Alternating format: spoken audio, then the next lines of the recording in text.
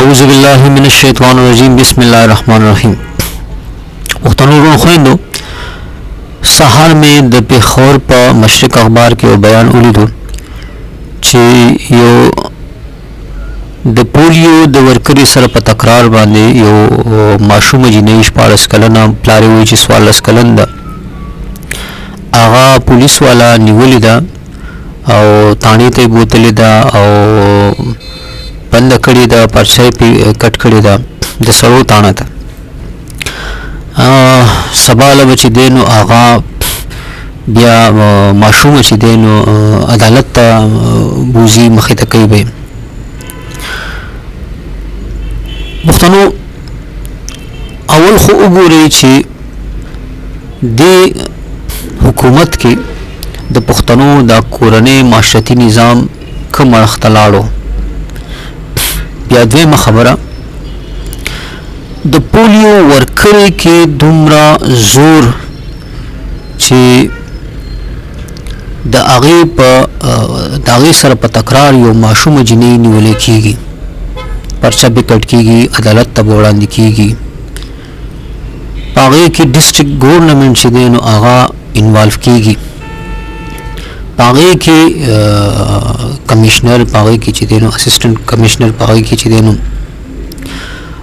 د پولیس لوی لوی افسران چې دی هغه انوالو کېږي. مسله څه ده؟ د پولیو ورکره او د هغې یو ماشومې چې دی نو د هغې یو جنۍ د هغې توهین کړی دی په هغې کې دومره لوی دغه د اخر دا پولیو ورکره وه او که نه چېرته څه د های فای دغه چېرته څوک د پولیو په نوم باندې چېرته چا کور ته ننوته څوک ایجنټه وه څه وه ځکه چې د پولیو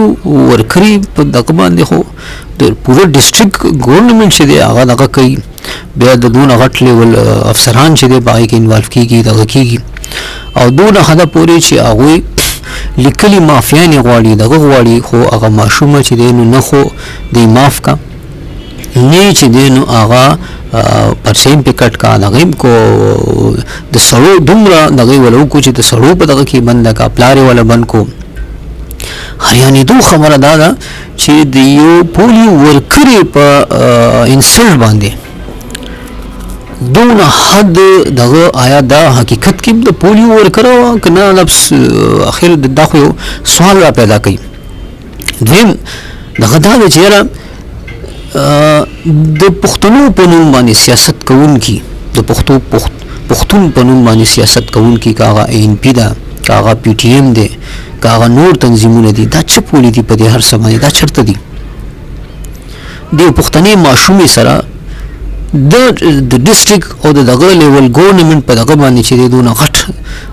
ظلم روان دی دومره غټ د هغې انسلټ بېعزتي روانه ده چې هغه په عدالتونو کې اوس په تاڼو کې خو راښکلی شوه اوس په عدالتونو کې سباله عدالت ته هم چې دی نو هغه راښکلی کېږي. لکه سوچ وکئ په یو شپه کې هغه جیل ته چې دی نو بوتلی شوه د دې څه سوچ تاسو ذهن ته راځي چې یاره دا څه مسله روانه ده غور وکئ په دې هر څه کې چې دی زمونږ د کوم چې د پښتون په نوم باندې سیاسي پارټیانې دي که هغه این پي ده که بله ده که هغه شیرپاو دی که هغه اچکزی صاحب دی که هغه پي ټي ایم دی تنظیمونه دي نور داسې دا څه پولي دي لږ غور وکئ چې د دې هر څه شاته چې دی دا څه شی دی ولې دا ماشومه داسې پرېښودلی شوه چې یاره که پلار یې راښکودلی کېږي په تاڼو کې خیر دی څه فرق نه کوي که هغه ماشومه چې دی نو په دې 14 کلن عمر کې چې تاڼو کې راښکلی کېږي دغه کېږي دا څه اخر چل څه دی اخر دا څوک وه د پولیو په نوم څه روان دي دا څه نور چې دی نو دغه روان دی که نه دا چېرته داسې څه بلا وه چې ایسی په دې کې ولې دومره انټرسټ و بیا د پولیس دونه غټ افسران ولې هغه په دې سیز کې انوالو کړل دا څه اخر دا ګیم څه شی دی. زه پخپله نن لاړم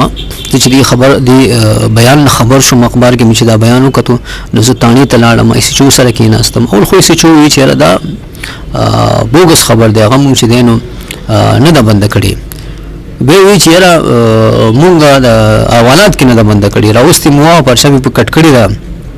دغه مو کړي دي، خو حوالات کې مو نه ده بنده کړې، تاڼه کې مو ساتلې ده، تاڼه کې ساتلې ده. بیا چې دی نو ایسوچو وایي چې دا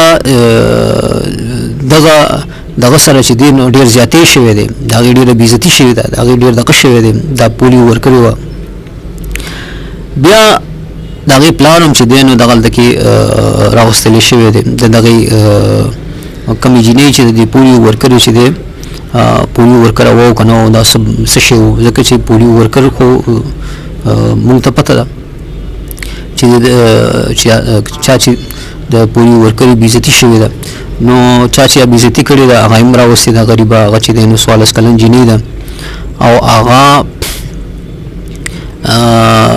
بیا په هغې باندې پرچم کټ شوې ده. بیا په د شپې په څه ناوخته چې دی په ضمانتونو چې دی نو هغه پرېښودی شوی دی چې یاره تاسو به عدالت ته بوځئ ده، سبا له به هغه عدالت ته ځي. زه په ایس ایچ او سره کېناستم، زه د ایس پي سره کېناستم، زه د هغه جینۍ پلار سره کېناستم. بیا دوی ووایي چې یاره بس روغه بولو کو دغه بولو کو، زه پس چل باندې د هغه ځینه چې دی نو را دغه کمه را رخصت کمه. پلار یې ماته ووایي چې یاره نور کسانو ماته ووایي چې بس ته لاړ شه، دوی وایي چې یاره دا مسله حل کوم دلته کې. اوس بیا خبر شوم چې یاره وایي چې نه دا جینۍ خو به عدالت ته خامخا راځي، عدالت ته خو به یې خامخا بوځو. نو اخر دومره دغه د دې پولیو ورکرې خو ما ته زه په خپله اریان دریان یم چې اخر د پولیو د ورکر د پولیو په نوم باندې د ورکرانو په نوم باندې دې کې نور څوک دي. دا د سوچ خبره ده چې یو ایسي چې دی هغه په دوله دغه چې د پولیو د ورکرې ته چا ویلي دي چې وځه یا دغه شه د هغې سره په تکرار باندې چې دی نو دونه دغه کېږي ثابت ډسټرکټ ګورنمنټ چې دی نو هغه دغه کې راځي. دا هر څه چې دی نو دا سوچ خبره ده دی کې چې دی د پولیس غټ غټ افسران پکې چې دی نو هغه منځته راځي. چل څه دی دې کې بیا په دې باندې چې دی نو د پښتون په نوم باندې ووټ غوښتونکي دا سیاسي پارټیانې ولې چپتي دا سیاسي دا تحریکونه ولې چپتي که نه د هغې صرف د ووټ سره او د جلسو سره کار دی، د خپل یو دغه سره کار دی. نور که د پښتنو سره هر څه رواني خیر دی، که د هغې د پلار عزت ورکېږي، د مور عزت ورکېږي، د لور خور عزت ورکېږي، هغه هېڅ د هغې سره تعلق نشته دی. اوس هم وخت دی پښتنو ویښ شئ. ګورئ دا ماشومه چې دی د دې په ژوند باندې به دا واقعه څومره غټ اثر کوي. هغه پولیو ورکره خو هر په کور ګرځي، هغې خو ځان یو قسم له دغه ته دغه کړی دی، هغه خو به ډېر څه خبرې اوري. خو دغه ماشومه د دې څه دغه شو چې په دې باندې چې یاره مونږ ماشوم ته دغه ناچو او زموږ د کوره وځه. باقاعده چې دی نو ډسټرکټ ګورنمنټ پکې انوالو شوی دی، په دې کې اے سی انوالو دی، په دې کې چې دی نو پولیس افسران چې دی نو هغه انوالو دي. باقاعده په دې باندې څه عجیب ده، خو هریاني خبره ده چې د پولیو په نوم باندې زموږ په دې خاوره څه روان دي، او دا پولیو ورکري چې زموږ کور ته راځي آیا دا د پولیو ورکري دي که دا نور څه ورکري دي. نو دی هر څه ته چې دی نو پښتنو غور وکړي، او خاص کر دې سیاسي پارټیانو تنظیمونو ته زه په خاصه توګه ان پی او پی ټي ایم دا نور داسې دغه چې د پښتنو په نوم باندې چې سیاست کوي، جلسې کوي غټې غټې او ووټ غواړي، دا ولې چپتي په دې معاملو باندې؟ دا آیا د پښتنو د پښتني ماشومې عزت د هغې د راتلونکي ژوند هغه کوم چې هغه په سفر کوي هغه هېڅ شی نه دی؟ د هغې دا